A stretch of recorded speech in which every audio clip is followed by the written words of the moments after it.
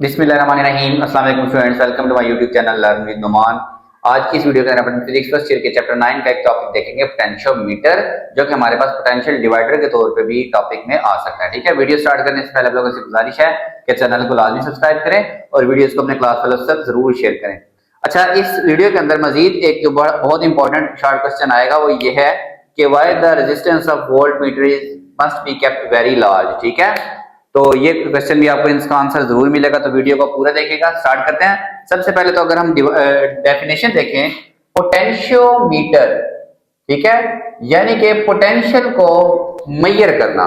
ठीक है, ऐसा इंस्ट्रूमेंट जो पोटेंशियल डिफरेंस को मेजर करे वो कहलाता है पोटेंशियोमीटर। ठीक है, बेसिकली इसमें हम वोल्ट मीटर का सहारा लेते हैं। ठीक है, इसकी प्रॉपर डेफिनेशन क्या बनेगी? It is a device which is used to find या मेजर द पोटेंशियल डिफरेंस, एक सर्किट के अंदर पोटेंशियल डिफरेंस मेजर करने के लिए, या फिर to find unknown resistance. Basically students, आपने रेजिस्टेंस और पोटेंशियल डिफरेंस के दरमियान ये रिलेशन देखा हुआ V is equal to I are.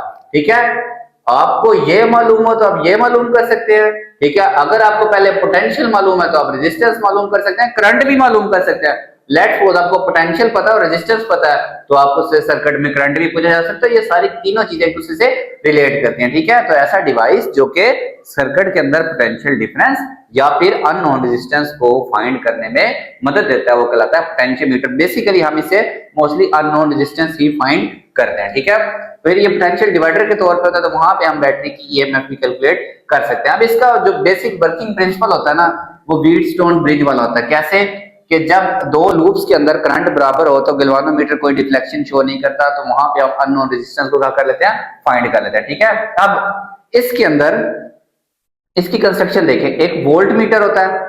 Volt meter, volt किसका यूनिट होता है? पोटेंशियल डिफरेंस का। V का यूनिट क्या होता है? वोल्ट। पोटेंशियल डिफरेंस का यूनिट होता है वोल्ट। तो volt meter potential difference measure करने के लिए इस्तेमाल करने हैं। इसके अंदर भी लगाया था। ये लगता कहां पे है? ठीक है, ये लगता है A और C के दरमियान में। ये भी अभी मैं बताता हूं। और इसकी रेजिस्टेंस, जो मैंने आपको कहा था कि बहुत इंपॉर्टेंट शॉर्ट क्वेश्चन बनता है कि वाई, अगर क्वेश्चन देखें, the resistance of volt meter must be kept very large. ठीक है, इसकी रेजिस्टेंस को बहुत ज्यादा क्यों रखते हैं? देखिए स्टूडेंट्स, वोल्ट मीटर सर्किट में पोटेंशियल डिफरेंस को मेजर करने के लिए इस्तेमाल होता है। अगर इसकी रेजिस्टेंस कम होगी तो करंट इधर जाने के बजाय करंट कहां से गुजर जाएगा? इधर से। तो सर्किट में पोटेंशियल डिफरेंस डिस्टर्ब हो जाएगा, क्योंकि करंट कहां से फ्लो कर रहा है? यहां से। और ये फाइंड करता है इसकी और इसके दरमियान में। तो अगर करंट इधर से गुजर गया, हम नहीं चाहते करंट कहां से, हम चाहते हैं करंट यहीं से गुजरे, ये इस पॉइंट और इस पॉइंट के दरमियान पोटेंशियल डिफरेंस को क्या करेगा? मेजर। ऐसा कब करेगा? जब इसकी अपनी रेजिस्टेंस क्या होगी? बहुत ज्यादा हाई होगी। ठीक है, तो इसकी रेजिस्टेंस क्यों ज्यादा हाई होती है? कि जो अच्छा वोल्ट मीटर होता है, a good volt meter must have very high resistance because it should not draw any current from the circuit, के सर्किट में से इसको कोई करंट नहीं लेना चाहिए। ठीक है, सो दैट द रीडिंग में बी एक्यूरेट, के ये रीडिंग जो है ना वो एक्यूरेट करे। अच्छा, अब इस तरह इस सीआरओ हमारे पास यूज होता है, कैथोड रे ऑसिलोस्कोप, या फिर हमारे पास डिजिटल वोल्ट मीटर होते हैं, लेकिन ये बहुत एक्सपेंसिव होते हैं, हाईली सेंसिटिव होते हैं, तो ये एक्यूरेट रीडिंग देते हैं, लेकिन ये सेंसिटिव इंस्ट्रूमेंट होते हैं और कॉस्टली होते हैं। ठीक है, तो ये बड़ा एक सिंपल सा इंस्ट्रूमेंट होता है, लैब के अंदर भी हम अवेलेबल होकर बना भी सकते हैं। ठीक है, अच्छा, ये आपके पास क्वेश्चन आ गया कि रेजिस्टेंस क्यों हाई रखते हैं? ताकि हम चाहते हैं ये सर्किट में से कोई भी करंट ड्रा किए बगैर सर्किट का पोटेंशियल डिफरेंस मेजर करे। ठीक है, नेक्स्ट, अब इसकी कंस्ट्रक्शन देखिए। एक वोल्ट मीटर पहले हमने बता दिया, वोल्ट मीटर कहां पे लगा होगा? A और C के दरमियान। एक A और C के दरमियान वोल्ट मीटर लगेगा। अब एक रेजिस्टेंस है वायर की फॉर्म में, ये A से B वायर की फॉर्म में एक रेजिस्टेंस है, जिसकी रेजिस्टेंस क्या है? R है, ये वाली। ठीक है, जैसे मैं कहूं कि इसकी रेजिस्टेंस 100 ओम है। अगर ये पूरी तार है यहां से लेके यहां तक, इसकी रेजिस्टेंस क्या है?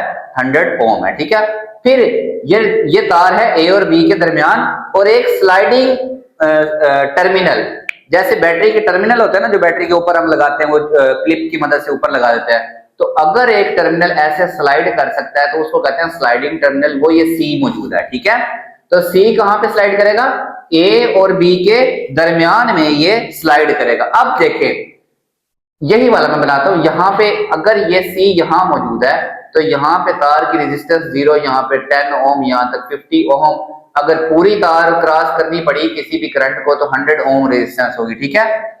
अब देखें अगर ये सी यहाँ पे मौजूद है, सी कहाँ पे मौजूद है, यहाँ पे, तो ये जो गैल्वानोमीटर वाला, ये वोल्ट मीटर वाला सर्किट है, इसको कितनी रेजिस्टेंस, अगर ये सी यहीं पे टच हुआ ऐसे, तो इसको तो कोई रेजिस्टेंस यहाँ पे शो ना हुई, तो इसकी रेजिस्टेंस क्या होगी, 0 होगी। तो जब ये A से B स्लाइड करेगा तो इसकी रेजिस्टेंस 0 से चेंज होके थोड़ा सा आगे आएगा, तो 10, 20, 50, 100 जहां तक भी आएगा तो इसकी 100 ओम। तो हमने 100 के बजाय क्या लिखा होगा, इसकी रेजिस्टेंस कितनी है, R। तो ये जो लाइन लिखी है ना आपकी बुक के अंदर, as the terminal slides between A and B, जब ये C A और B के दरमियान में ऐसे स्लाइड करेगा, अगर ये A पे होगा तो रेजिस्टेंस 0, तो जैसे जैसे ये B पे जाएगा तो रेजिस्टेंस जितनी उस तार की रेजिस्टेंस होगी R, 100 ओम हो, 1000 ओम हो, जब ये B पे पहुंचेगा तो जो इसकी रेजिस्टेंस है वो कितनी हो जाएगी, R, यानी कि वो जो जितनी भी टोटल ओम है वो इसकी क्या हो जाएगी, रेजिस्टेंस हो जाएगी। ठीक है, दो चीजें, वोल्ट मीटर बताया हमने, रेजिस्टेंस बताई, स्लाइडिंग टर्मिनल बताया, और फिर हमने ये बताया कि जब ये A से B स्लाइड करेगा तो रेजिस्टेंस 0 से R के दरमियान में चेंज होगी। फिर अ सोर्स ऑफ EMF, ठीक है, एक EMF का सोर्स भी यहाँ पे हमने कनेक्ट किया हुआ है, E। ओके स्टूडेंट्स, अब देखें कि EMF किसके equal, E equal to IR, यहां से करंट की वैल्यू आ जाएगी E ओवर R, क्या आ जाएगी, E ओवर R। ठीक है, अब क्यों, अब एक और चीज न्यू थिंग कि ये जो A और C के दरमियान में रेजिस्टेंस टोटल, तो ये बड़े वाला R है, ये जो A और C के दरमियान इसको छोटा R कहेंगे, मतलब यहां से लेके यहां तक ये क्या होगी, छोटा R होगी। ठीक है, तो इन दो पॉइंट्स के दरमियान जो पोटेंशियल ड्रॉप होगा V, जिसको हम लिखते हैं V होता है I इंटू रेजिस्टेंस, इसकी रेजिस्टेंस छोटे वाला R, तो V इज इक्वल टू I इंटू छोटे वाला R। I की वैल्यू हम यहां से निकालेंगे E ओवर R, ये R इधर आके डिवाइड होगा तो I की वैल्यू आ जाएगी E ओवर R, ये I की वैल्यू यहां पुट करेंगे तो पोटेंशियल ड्रॉप का ये फार्मूला है छोटे वाला R E ओवर R। अब देखें ये हम पोटेंशियल फाइंड कर सकते हैं कि जब हमारे पास C बिल्कुल A के ऊपर होगा तो ये R 0 होगी, ये वाली रेजिस्टेंस क्या होगी, 0। तो जब 0 इस सारे से मल्टीप्लाई होगा तो इस इधर पोटेंशियल डिफरेंस क्या होगा, 0 हो जाएगा। ठीक है, तो जब हम ये R को यहां से इंक्रीज करते जाएंगे, ये जैसे जैसे C इधर स्लाइड करेगा R की वैल्यू बढ़ेगी, और अगर C यहां तक पहुंच गया इस पूरे की रेजिस्टेंस से बड़े वाला R, और अगर C भी यहां पे पहुंच गया तो छोटा R और बड़ा R आपस में क्या हो जाएंगे, बराबर, और बराबर होके वो कैंसिल हो जाएंगे, तो जो वोल्टेज है वो भी क्या हो जाएगा, E। तो जब हमारे पास C A से स्लाइड होके B की तरफ जाएगा तो पोटेंशियल ड्रॉप किसके इक्वल जाएगा, सोर्स ऑफ EMF E के क्या हो जाएगा, इक्वल हो जाएगा। ठीक है स्टूडेंट्स, तो ये तो है पोटेंशियल डिफरेंस को मेजर करना। अब यही जो है हमारे पास सर्किट हमारे पास पोटेंशियल डिवाइडर के तौर पर भी होता है, उसके अंदर हम थोड़ी सी चेंजिंग करते हैं, वो देखते हैं। अच्छा, अब इसके नेक्स्ट पार्ट में देखें स्टूडेंट्स कि ये पोटेंशियल डिवाइडर के तौर पे कैसे यूज होता है, कि ये हमारे पास अननोन सोर्स की EMF को भी कैलकुलेट करने में हेल्प कर सकता है। ठीक है, बाकी सब कुछ सेम होगा, एक रेजिस्टेंस वायर की फॉर्म में जिसकी रेजिस्टेंस R है, एक सोर्स ऑफ EMF, और अननोन रेजिस्टेंस कहां पे कनेक्ट होती है, unknown EMF, source of EMF, source of EMF जिसको हम EX कहेंगे, is connected between A and C with, अब गैल्वानोमीटर लगाएंगे। ठीक है, गैल्वानोमीटर G। ठीक है फ्रेंड्स, ये G हमने दरमियान में लगा लिया, यहां पे हमने अननोन सोर्स ऑफ EMF को लगाया। अब एक और चीज, बाकी सब कुछ सेम है, ये C स्लाइडिंग है, यहां से यहां तक जो रेजिस्टेंस होगी ये छोटे वाला R ही होगी। ठीक है, अब देखें कि हमारे पास इस EX अननोन सोर्स का जो पॉजिटिव टर्मिनल है ये वाला, ठीक है, और ये जो पोटेंशियोमीटर, ये ऊपर वाला पोटेंशियोमीटर है, इसका पॉजिटिव और इसका पॉजिटिव दोनों एक ही पॉइंट A के ऊपर सेम पोटेंशियल के ऊपर है। कहां पे है, ठीक है, positive terminal of EX and potentiometer are at same potential, इनका पोटेंशियल सेम है। ठीक है, सिमिलरली ये इसका नेगेटिव टर्मिनल और ये C, या फिर पोटेंशियोमीटर का नेगेटिव टर्मिनल ये भी क्या है, सेम पोटेंशियल के ऊपर मौजूद होंगे। इन जब ये सेम पोटेंशियल पे होंगे तो गैल्वानोमीटर में कोई करंट फ्लो नहीं करेगा, ठीक है। आल्सो नेगेटिव टर्मिनल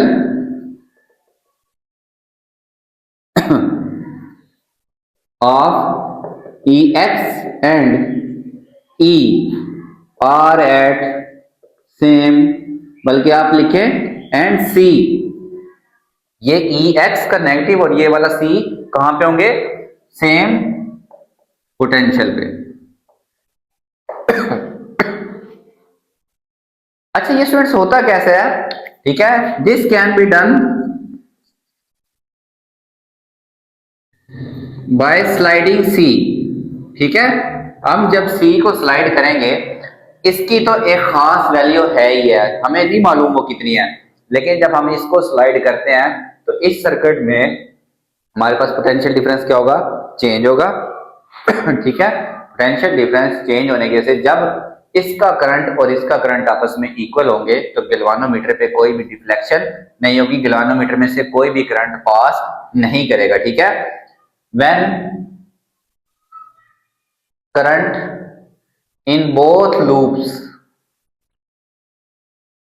कौन कौन सी लूप है, एक ये है ABEA और दूसरी है ये ACGA, इन दोनों लूप्स पे करंट बराबर होगा, in both loops will be equal, no current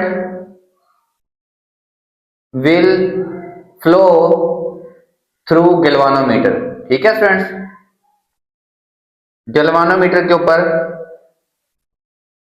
कोई डिफ्लेक्शन नहीं होगी उस वक्त, ठीक है। उस वक्त क्या होगा, ये जो EX है ये A और C के दरमियान में EX किसके इक्वल होगा, A और C के दरमियान में पोटेंशियल ड्रॉप के इक्वल, जो कि हमने पढ़ा था अभी RE/R, ये हमने अभी प्रीवियसली फाइंड किया, ये हमारे पास किसकी वैल्यू होगी, EX की वैल्यू होगी, ठीक है फ्रेंड्स। हम इस तरह से हमें इस E की वैल्यू पता होगी, ये टोटल रेजिस्टेंस हमें पता होगी, हम खुद अपनी मर्जी से C को स्लाइड कर रहे हैं तो हमें ये छोटे वाला R भी पता होगा, तो हम यहां से EX unknown source of EMF EX की वैल्यू क्या कर सकते हैं फ्रेंड्स, फाइंड कर सकते हैं। अब हमने, ठीक है, इस तरह से हम अननोन सोर्स की, देखिए एक गैल्वानोमीटर है, एक अननोन सोर्स ऑफ EMF है, हमने क्या करना है, C को स्लाइड करके ऐसे एडजस्ट करना है कि दोनों सर्किट्स में जब करंट इक्वल होगा तो गैल्वानोमीटर में से कोई करंट फ्लो नहीं करेगा।